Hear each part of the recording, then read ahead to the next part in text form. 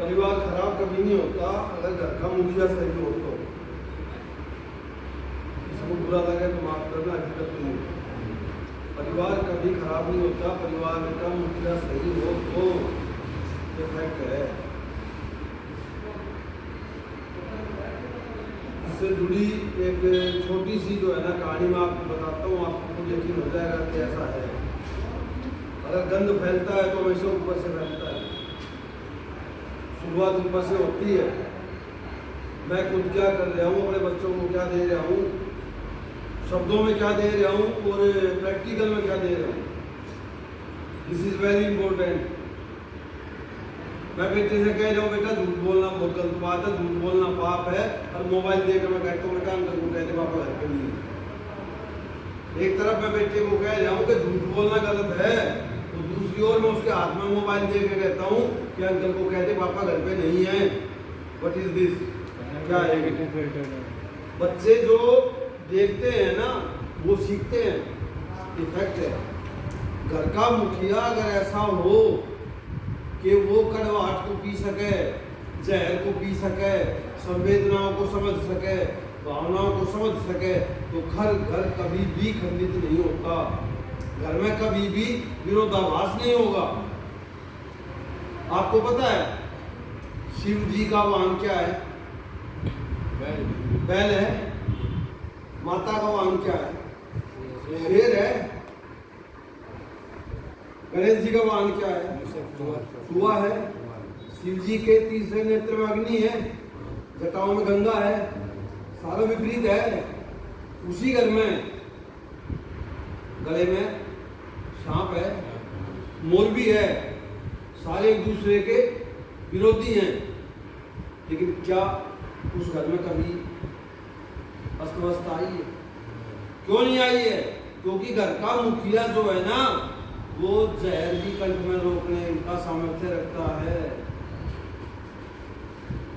This is the main reason of peace in this family. यही कारण है कि एक दूसरे के विरोधी होने के बाद भी उनके अंदर कोई ऐसा विरोध नहीं बन गया कि परिवार अस्त व्यस्त हो जाए। एक एक को देख लो आप, कहाँ बलद बैल है, कहाँ शेर है, कहाँ अग्नि है, कहाँ गंगा जी है, कहाँ सर्प सांप है, कहाँ चूहा है, देख लो। बिल्कुल बिल्कुल विरोधाभास, लेकिन फिर भी इतना इतना परिवार में एक सामंजस्य, एक शांति की बात हो रही है। आप लोगों ने आज तक गहराई से कभी सोचा नहीं है। एक बात बता दूं, जब तक स्पिरिचुअलिटी जागृत नहीं होगी कभी भी, मैं तो कहता हूँ ये डिग्रियां क्या हैं? वो कह रहा है BA हूँ, MA हूँ, मैट्रिक हूँ, 12th, व्हाट इज दिस? ये डिग्रियां सिर्फ आपके खर्चे की रसीदें हैं। असल ज्ञान तो किरदार में झलकता है, असल ज्ञान तो किरदार में झलकता है। ये तो डिग्रियां खर्चे की रसीदें हैं, इससे ज्यादा कुछ नहीं है। इनको अगर लेकर बैठे हो आप, तो I think that you are zero.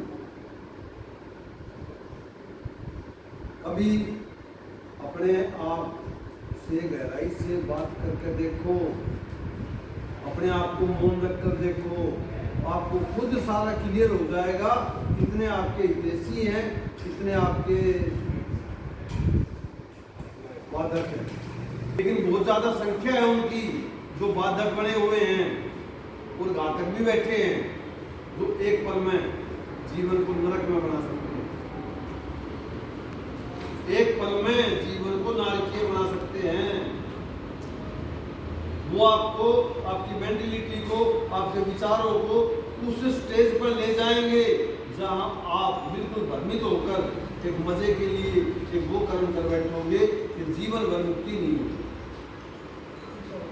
ज्यादा बड़ा खेल नहीं है, 2, 4, 5, 10 मिनट का होगा। इसलिए भगवान कह रहे हैं कि मैं तो तेरे अंदर बैठा हूँ, तू मेरी तो मान ले, मत मान किसी की। भगवान को देखो, भगवान को मैं राम को मानता हूँ, हनुमान को मानता हूँ, मैं शिव जी को मानता हूँ, मैं माता को मानता हूँ, लेकिन क्या मैं उनकी मानता हूँ? कभी गहराई से बोल करो, राम भक्त भी बैठे हैं या हनुमान भक्त भी बैठे हैं, क्या मैं उनकी मानता हूँ